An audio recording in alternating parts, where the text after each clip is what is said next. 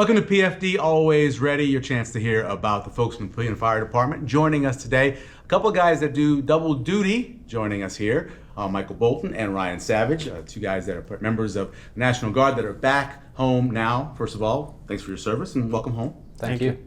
Both Air National Guard? Yes. Both Nebraska or Iowa, Nebraska? Iowa. You're Iowa? Same. Yeah, we're in the same unit out of the 185th Air Refueling Wing in Sioux City. I'm assuming the toughest part when this happens is just being away from family?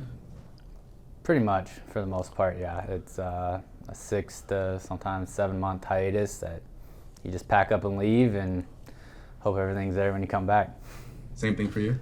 Yeah, this is my 5th overseas deployment, so I mean, my family's a little used to it. Always a little bit hard, but being gone that long and that far away is definitely an adjustment. And there's some things to learn and some things to relearn when you come home to get settled and kind of find your place again, both at home and at work and in the community again. So, 5th deployment in 20 years. Yes. How old are your kids? Did they start when they were little? And yeah, so my very first deployment, I had a 2-year-old and a 6-week-old. Oh, wow. So that was very different.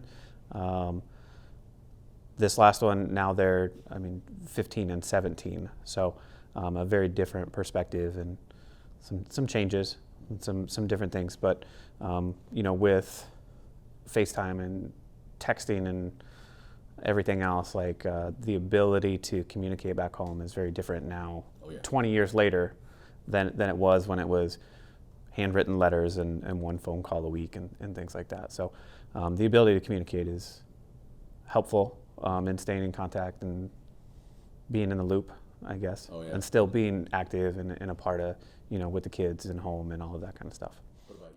This was my 3rd deployment, so I'm not quite as old as Michael. I've only had 17 years, so I've done 3 in 17 years. But I have no kids, so it makes it a little bit easier for me. But still, I have a wife at home that has her career and trying to now manage everything as one person in a 2-person household. So same thing. The social media and Wi-Fi and all of those gizmos and gadgets has definitely made deployment life easier in some aspect, and then I think Mike would agree, a little bit harder as well, because now I am able to be involved in every decision that's going on, which is sometimes when you're that far away from home is a little too much sometimes, and you just want to stay out of some things. So it's the good and the bad with everything. Yeah. How can you say where you were? Where you guys were deployed? Yeah. So I was this deployment. I was in Jordan. Okay. So in the Middle East, but still very active. Exciting base, a different place. Some player I've never been before, so new and interesting. Get to see a lot of different sides of different cultures and different people, and always interesting. As a firefighter on the military side as well, we're coming together. So only a few of us from my unit there as a part of that fire department, but we had a mix of other National Guard units from around the country, active duty units, reserve units. So firefighters from all over the country coming together, making one fire department and kind of meshing together and learning from each other and having a different experience. So what's the average day like? Pretty much the same as here, and I was at a different base. I was in Kuwait this go around. My last deployment was to Jordan, where he was at, but a lot of what you and the public see us do here on a day-to-day basis. We still run a 24-hour schedule there. We have my base in particular. We had 6 stations on that base. We served a very small populace for the 6 stations, about 4,000 people. But guys are assigned to each station, whether it's we have the same type of fire engines like we do here in Papillion, but we also have, because it's Air Force, we have specific fire trucks that are designed for aircraft response needs. And so we have some stations that are specifically on the flight line that are protecting the runway and the aircraft, and that is their sole purpose. And then we have other stations that are manning the structural buildings and serving for the daily populace, just like we do here at PFD. I know when I worked in aircrafts, and so we had to change some of the things we did with our helicopters because of the conditions over there, the sand. Same problems you guys have with your equipment? Anything over there? Yeah, a little bit. I mean, we try to adapt as much as we can, understand what's going on, but definitely a very different environment. They're very different temperature set over there, so very sandy, dirty, different conditions. A lot of our trucks and our vehicles are parked outside because we don't have a permanent fire station to work out of, so you have to deal with the elements a little bit more. Always fun with sandstorms and all of that kind of stuff to go along with the day-to-day. Yeah, and I'm guessing your gear too, right?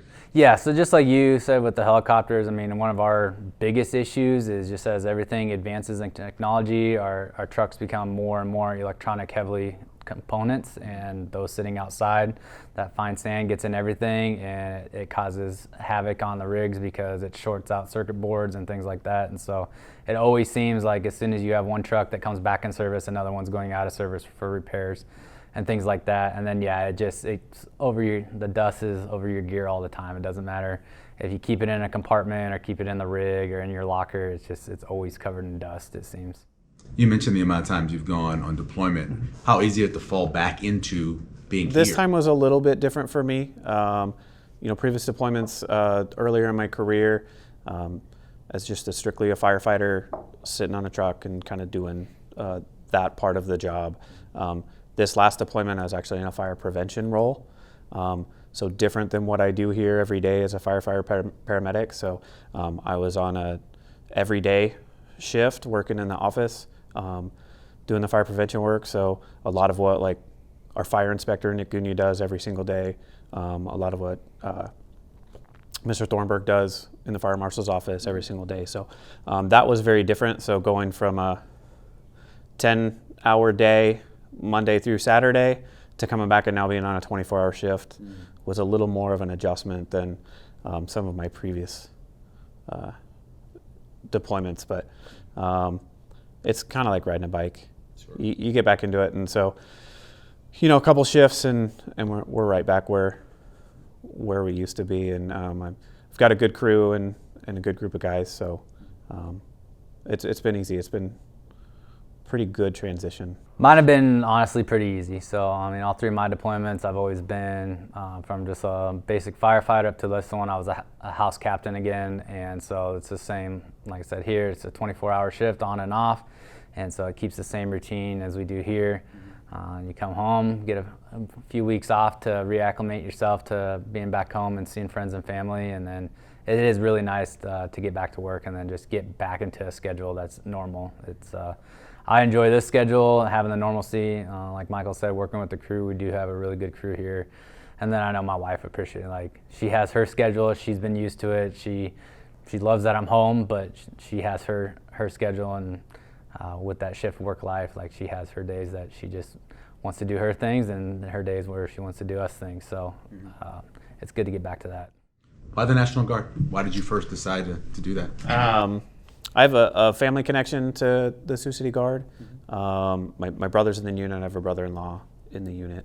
My nephew's in the unit. So some connections there. I first talked to a recruiter on September 12th of 2001. So 9/11's coming up. That's a very significant day for me, which kind of took me into the fire service and then into the military as well. So that was kind of what spurred me to want to serve and join. Like I said, my brother was already in the unit, so that's kind of how I ended up in the Guard. There was an opportunity to be a firefighter and go through fire school and get some training and some experience through the Guard, and that's kind of where it brought me.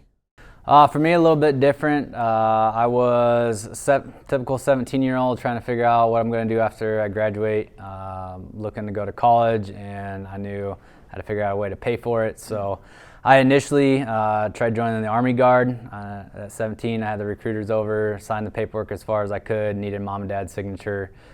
They came home from work and said, absolutely not, we're not signing that for you. If you want to join the Army, wait till you're 18 type of deal. Otherwise, find a new path. And so I went back to school, at that time, I had my guidance counselor was in our unit, and I had 2 or 3 other teachers within my high school that were in our same guard unit, and talked to them, and they're like, nope, they're like, you should try the Air Guard out. They'll pay for you to go to college, and you'll get to learn a new skill set and all the great things that the Air Force has offered to me over my career. And I came home a week later, basically with a different packet of paperwork, and said, would you guys sign this? My parents were like, absolutely. So that's kind of where I got started, and then now 17 years later, it's where I'm at. Where'd you grow up? I grew up in Iowa. I grew up in Harlan, Southwest Iowa, and then went to high school in Underwood. And so. And you grew up? I grew up just south of Sioux City in Sergeant Bluffs. Yeah, Yep. that's a unique name, obviously, but also did it help you, you think, working in Papillion, a small town, growing up in a small town? Yeah, I believe so. I've always grown up in a small town between Iowa and Nebraska, bounced back and forth as a kid, following my dad's career. And yeah, we've always lived small town life. Both my parents grew up small town life, so it's what I've always been used to. And yeah, I think it definitely helps. It helps break down, work with the people of La Vista and Papillion, and relationships, and just how we go about our daily lives as a small town community versus a major metropolitan. First of all, the mustache. So how much time you spend on it? How many types of oils do you use? I mean, what's the routine for the mustache? No oils. This is all natural. Okay. It started out as a deployment mustache, and then had some time off between coming back to work, and it grew into a don't have to go to work beard. But I don't know. It's grown on me. So. Do you pattern it after anyone? I mean, is it a Tom Selleck type of mustache, or? I don't know. I think it's more of a Todd Remmers is one of our drivers, and he has a pretty epic mustache. So I like to bring out my inner Toddy. We call this PFD Always Ready, because you never know what's going to happen in a given day for you guys, but you got to be ready. What does it mean to you to stay ready as a firefighter? To me, it's like I said, it's being ready anytime those tones drop and head out the door ready to go. So with Papillion La Vista, we always have a great gamut of type of calls, from anything from just a regular type of medical call to car accidents, to house fires, rescue calls, things of that nature. So just being ready, both mentally, physically. I know in some of your other episodes, talking with other firefighters, like we take it important to physical fitness and staying ready to go, and that's important. So it's just always being ready to serve the community, and I think that's the part that we play on this and the National Guard side. I think it's the same. It's a little bit of it's a lifestyle. We're here almost as much as we're at home. Mm-hmm. And sometimes at home you're still thinking about what's going on the job. We have our work family that we spend time with, and our family at home. But I mean, your thoughts are kind of always here, especially smaller community. We're very involved, but yeah, staying mentally, physically ready all the time. That's just kind of becomes part of the job and part of your life. 20 years now in the Air National Guard. Is this the end for you? Yeah, so I'll be retiring from the National Guard at the end of the year. It's time, and I'm ready. I'll miss the people. I'll miss a lot of those things. I had a really, really good experience. It got me where I am today. But I mean, I'm over it. 20 years was long enough. It's time, kind of step out of the way and let some of the younger guys progress and promote. And now I'll be able to kind of, always had kind of that dual role. Now be able to focus more on Papillion Fire and my career here, without having that as kind of always in the background. So cherish those memories and really appreciate that experience and the things that it allowed me to do. I went all over the world, worked with firefighters from all over the country and all over the world, really, because firefighters in Africa and then Kuwait and Iraq and the Middle East and all over. Been to Europe and all across the country. Met a lot of really, really cool people and done a lot of really interesting things. But yeah, I'm ready for that next chapter. As you mentioned, you're much younger than him. You 3 years left? I got 3 years left, yes. So I about 17 and a half years in. So yes, I'm 3 years left before I hit my 20 to retire, and pretty much kind of in the same boat. It's it has given me everything that I could ask for. It paid for a college degree. I got to travel the world. like Michael said, I've met guys from and all over the U.S. and all over the world, and made lifelong friendships with them. And it is definitely a brotherhood across the board. But 20 years is 20 years. It's living two different lives and managing a home life at the same time, and all those time commitments. So being able to finally get to a point where I can retire from one thing and focus on the others is that's important, and the time has come. Again, welcome back, and thanks for serving. We really appreciate it. Thanks. Thank you. Thank you.